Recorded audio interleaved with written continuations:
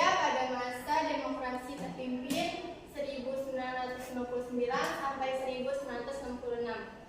Sebelum saya menjelaskan, saya ingin mau bertanya, ada yang tahu singkatan MPRS dan DPAS gak? Tidak, dong.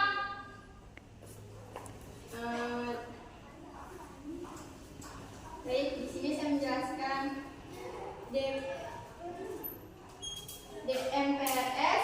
MPRS adalah Majelis Permusyawaratan Rakyat, sementara DPAS Dewan Pertimbangan Agung Sementara. Di sini saya akan menjelaskan pembentukan MPRS dan DPAS. Pada 5 Juli 1959, Presiden Soekarno mengeluarkan dekret presiden yang terkenal dengan Dekret Presiden 5 Juli 1955. Dekret ini menandakan berakhirnya demokrasi liberal 1950 sampai 1959. Di Indonesia bergantilah sistem pemerintahan Indonesia kembali menggunakan sistem presidensial. Berbagai pertimbangan presiden mengeluarkan dekret tersebut, salah satunya adalah kegagalan konstituante dalam membuat undang-undang dasar baru.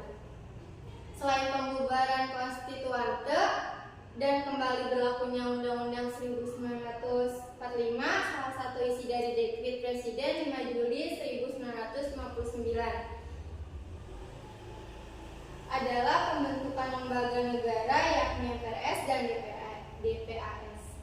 Pembentukan MPRS sebelum ada MPR yang tetap sesuai dengan Undang-Undang 1945, Presiden Soekarno membentuk MPRS berdasarkan penetapan Presiden nomor 2 tahun 1959. Keanggotaan MPRS terdiri dari 261 orang, anggota DPR 94 orang, anggota utusan daerah, dan 200 orang anggota wakil golongan. Susunan pimpinan MPRS ada ketua Khairul Saleh, ada wakil Mr. Ali Sastroamidjojo, ada wakil Ki Haji Idham Khalid, ada wakil ketua DN Aidit, ada wakil Kolonel Wiloyo Puspoyudo.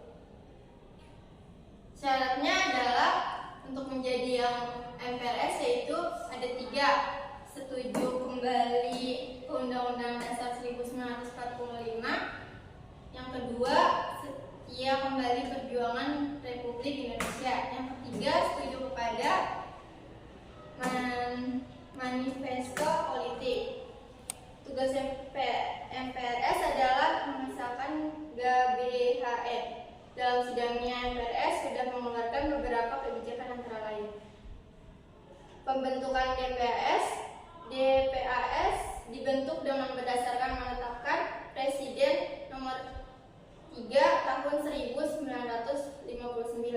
Beberapa hal yang diketahui berkaitan dengan penetapan presiden tersebut seperti anggota, DPS berjumlah 45 orang yang terdiri dari 12 orang wakil golongan politik, 8 orang utusan daerah, 24 wakil golongan, dan 1 orang ketua.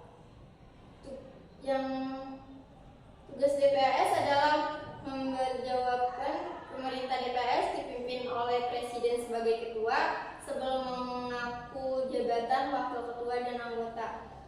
Pemilu Indonesia pertama terjadi pada tahun 1955, yakni pada masa kabinet Burhanuddin Harahap.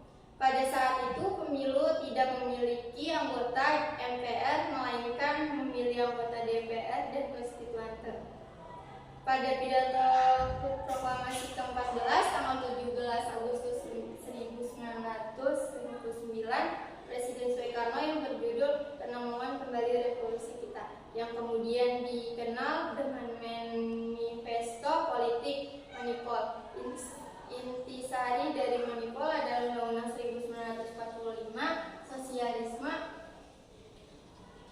Indonesia Demokrasi Terpimpin, Ekonomi Terpimpin, dan Kepribadian Indonesia berdasarkan literasi tersebut, maka sering disebut